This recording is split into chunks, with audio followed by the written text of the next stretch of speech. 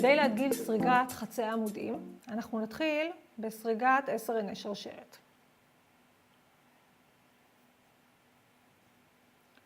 1, 2, 3, 4, 5, 6, 7, 8, 9 ו10. עכשיו אנחנו נסרוג עוד עין אחת כדי לעלות לגובה של תפר חצי עמוד, ואנחנו נכניס את המסרגה בעין השנייה ממנה. מה זה אומר בעין השנייה ממנה? העין שנמצאת על המסרגה אינה נחשבת במניין העיניים.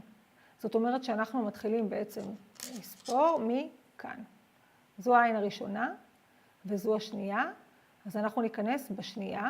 יש כמה אפשרויות, אפשר להיכנס תחת חוט אחד, אפשר תחת שני חוטים, אני רגע אגדיל פה את העניינים שזה יהיה יותר ברור.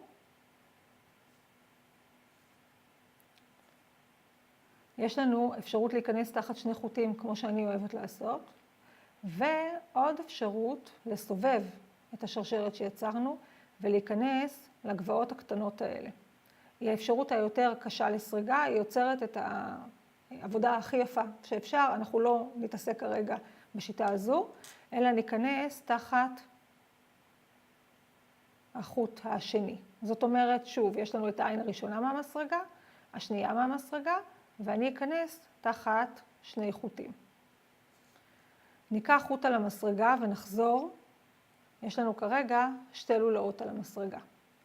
שוב ניקח חוט על המסרגה בצורה כזו, ונעביר דרך שתי העיניים. יצרנו חצי עמוד ראשון. נמשיך ונסרוג את כל העיניים.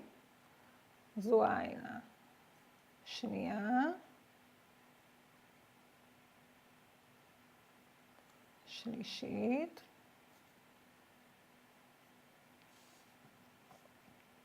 רביעית.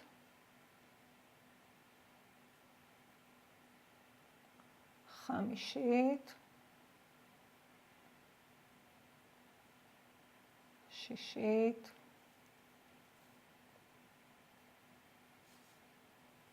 שביעית.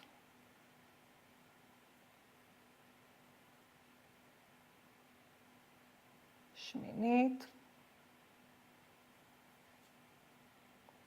תשיעית. ועשירית. פה קצת יותר קשה ליד הסליפ נוט.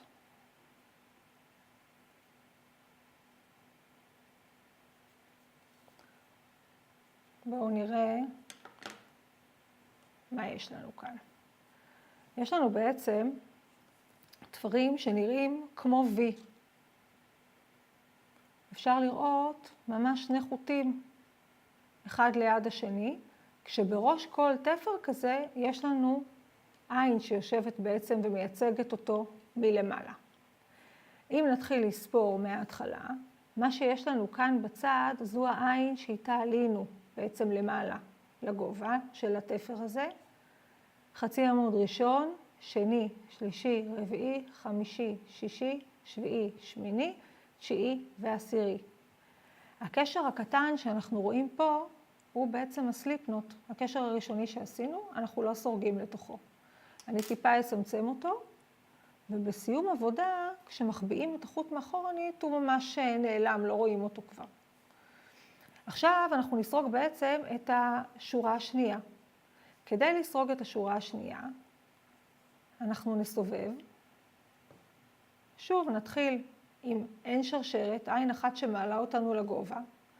העין הזו לא נחשבת במניין חצאי העמודים, היא לא תחליף לחצי עמוד ראשון, ולכן אנחנו מתחילים לסרוג מהחור הראשון שאנחנו רואים, ממש מפה.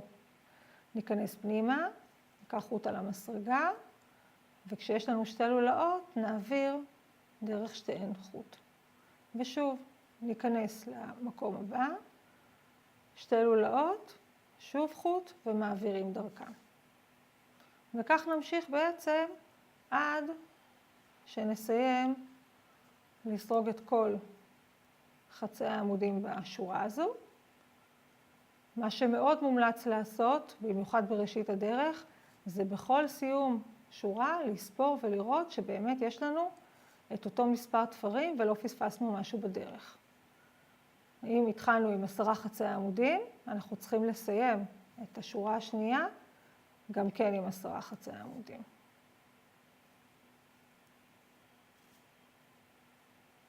תמיד חצי העמוד האחרון הוא קצת בעייתי, כי אנחנו לא כל כך יודעים מה אנחנו רואים. אני מציעה שתהפכו את העבודה. אנחנו רואים שבעצם חצי העמוד הראשון, העין שיושבת עליו היא זו. זאת אומרת שלכאן אנחנו צריכים להיכנס. אז אם נהפוך עכשיו ונשאיר רגע את המחט בפנים, עכשיו די ברור לאן אני צריכה להיכנס.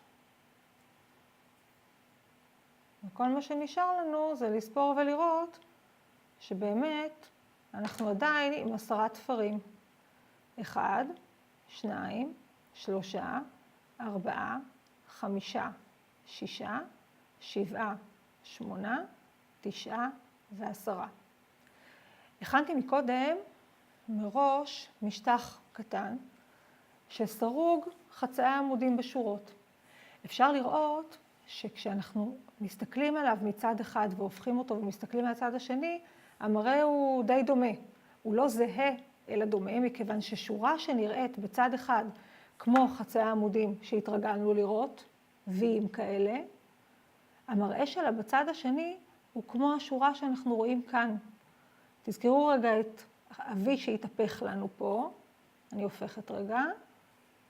אפשר לראות כאן את ה-V ההפוך, שעליו יש מעין קווים קטנים אופקיים.